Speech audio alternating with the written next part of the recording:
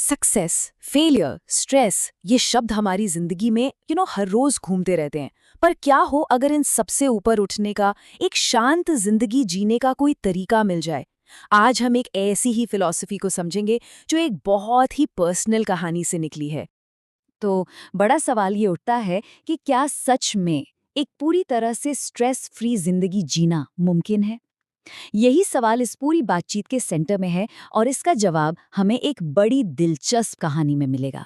चलिए कहानी को समझते हैं। ये कहानी शुरू होती है दो बिल्कुल अलग अलग नेचर के लोगों से, मेरे अपने मम्मी पापा से। उनकी जिंदगी जैसे दो अलग दुनियाएं थीं। अब देखिए, दोनों में जमीन आसमान का फर्क था। एक तरफ पिताजी एकदम मस्त मौला, उन्हें कभी किसी नुकसान की, किसी चीज की परवाह ही नहीं होती थी। और दूसरी तरफ मेरी माँ, जो बहुत प्यार करती थी पर हमेशा परिवार की चिंता में, स्ट्रेस में रहती थी। वो हर बात को पकड़कर बैठ जाती थी।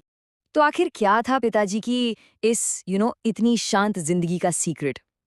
चलिए उनकी उस मस्त मौला फिलॉसफी को थोड़ा और करीब से देखते हैं, जो मुझे लगता है गीता के सार जैसी है। मुझे याद है जब भी घर में कोई बड़ा नुकसान होता था तो पिताजी का एक ही जवाब होता था। हमारा क्या था, जो लिया यहीं से लिया, जो दिया यहीं दिया, साथ लेके क्या जाना है। बस ये एक लाइन उनकी पूरी पर्सनालिटी बता देती थी। कोई बोझ ही नहीं, कोई तनाव ही नहीं। तो इस पूरी फिलॉसफी का जो सार है ना, वो एक ही चीज है, लेट गो, जाने देना। मतलब उन चीजों को पकड़कर मत रखो जो आपके कंट्रोल में है ही नहीं। चिंता का बोझ अपने सिर पर लेना ही क्यों है, यही तो इसकी बुनियाद है।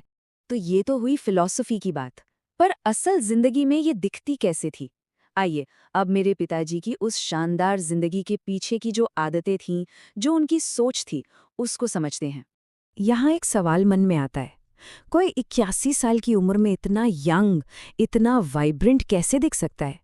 सच कहूं तो उनके चेहरे पर आज भी इतनी चमक है कि कई ट्यूबलाइट फेल हो जाएं।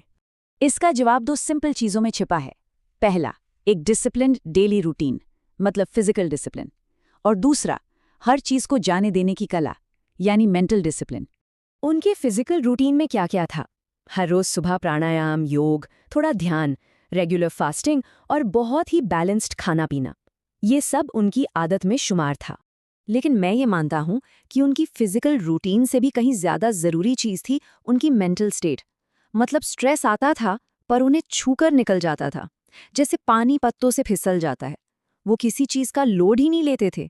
असली राज तो यही है। अब आप सोच रहे होंगे कि मैंने इस फिलॉसफी को अपनी प्रोफेशनल लाइफ में कैसे अपनाया, जहां सक्सेस और फेलियर तो रोज की बात है। मैं हमेशा एक बात कहता हूं कि मैं तो तुक्के से सफल हो गया।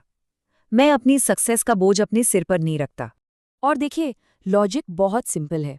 जब आप अपनी सक्सेस का बोझ ही नहीं उठाते, उसे अपनी कोई महान उपलब्धि मानते ही नहीं, तो फिर फेलियर का डर आप पर हावी कैसे होगा? अगर सक्सेस का वजन ही नहीं है तो फेलियर आपको गिराएगा कैसे? तो चलिए अब बात करते हैं कि इस सोच को हम अपनी रोजमर्रा की जिंदगी में, जैसे रिश्तों में, पेरेंटिंग में कैसे ला सकते हैं। पेरेंटिंग में भी मैं यही फॉर्मूला अपनाता हूँ। बच्चों पर अपनी उम्मीदें क्यों डालनी हैं? उन्हें अपना रास्ता खुद बनाने दो। मैं ये क्यों सोचूं कि मेरा बच्चा वही करे जो मैं चाहता हूँ। अरे उसका जो मन करेगा वो करेगा। मेरा तो बेंचमार्क बहुत सीधा सा है। क्या मेरे बच्चे अपनी उम्र में मुझसे बेहतर स्थिति में हैं? बस इतना काफी है। इससे ज्यादा की उम्मीदें पालकर स्ट्रेस क्यों लेना? और इस सोच का फायदा क्या है? मेरा पक्का यकीन है कि ये आपकी जिंदगी में कम से कम 10 साल जोड़ सकती है। मैं अपनी माँ का ही उदाहरण देता हूँ। अगर वो भी चीज़ों को बस जाने देना सीख जाती तो शायद आज हमारे साथ होती और 10 साल और जीती। तो जाते जाते बस एक सवाल जो हम सबको खुद से पूछना चाहिए, आज हमारी जिंदगी में ऐसी कौन सी एक चीज़ है जिसे हम सच में जाने दे सकते हैं, जिसका स्ट्रेस लेना आज से ही बंद कर सकते हैं।